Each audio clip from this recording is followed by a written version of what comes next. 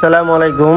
আজকে আমরা চলে এসেছি মুর্শিদাবাদ জেলার নবগ্রাম থানার একটি সুন্দর গ্রামের নাম শিবপুর গ্রামে পরিচিত। তো আপনারা দেখতে পাচ্ছেন আমি যে জায়গায় দাঁড়িয়ে আছি এটি হাইওয়ের মধ্যে, পাশে আমাদের শিবপুর গ্রাম। তো আমরা পুরো ভিডিওর মাধ্যমে আপনাদেরকে গ্রামের সৌন্দর্যটা তুলে ধরবো। তো চলুন দেরি না করে ভিডিওটা এখান থেকে স্টার্ট করি। এখন আমরা রাস্তায় আছি, আর একটু পরে ঢুকে পড়বো শিবপুর গ্রামের ভিতরে। রাস্তার আসতেই আসতে চারপাশে সুন্দর পরিবেশ দেখে মনটা ভালো হয়ে যায়। এবার চলুন আর দেরি না করে গ্রামের ভিতরে ঢুকে দেখি শিবপুর গ্রামের আমাদের জন্য কি কি সুন্দর জিনিস অপেক্ষা করছে।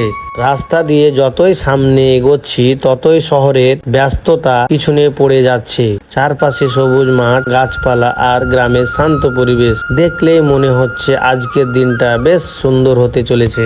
আর একটু পরে আমরা গ্রামের ভিতরে ঢুকে পড়ব, তখন দেখব গ্রামের আসল চেহারা, মানুষজনের জীবনযাত্রা, চারপাশের প্রকৃতি, চাষের মাঠ আর গ্রামের সেই চেনা মাটির গন্ধ। শিবপুরে আসার আগে শুনেছিলাম এই গ্রামে নাকি অনেক সুন্দর সুন্দর জিনিস আছে, তাই আজ নিজের চোখে সেগুলো দেখার জন্যই আমাদের এই পথ চলা। বিশেষ করে গ্রামের মাঠের পাটের চাষের দৃশ্য দেখার জন্য আমরা বেশি আগ্রহী। চাষিরা কিভাবে এত পরিশ্রম করে ফসল ফলায় সেটা আপনাদের আজকের ভিডিওতে দেখাবো। দেখতে পাচ্ছেন পাটগুলো কি সুন্দর করে সারি সারি লাইনে সাজানো রয়েছে। দূর থেকে দেখলে মনে হচ্ছে সবুজের একটা চাদর রাখাও রয়েছে মাঠ জুড়ে। চারপাশে এত সুন্দর পাটের ক্ষেত দেখেই সত্যি চোখ জুড়িয়ে যাচ্ছে। গ্রামের এই সবুজ প্রকৃতি আর সারি সারি পাট গাছের দৃশ্য দেখলে মনের মধ্যে একটা আলাদাই শান্তি চলে আসে।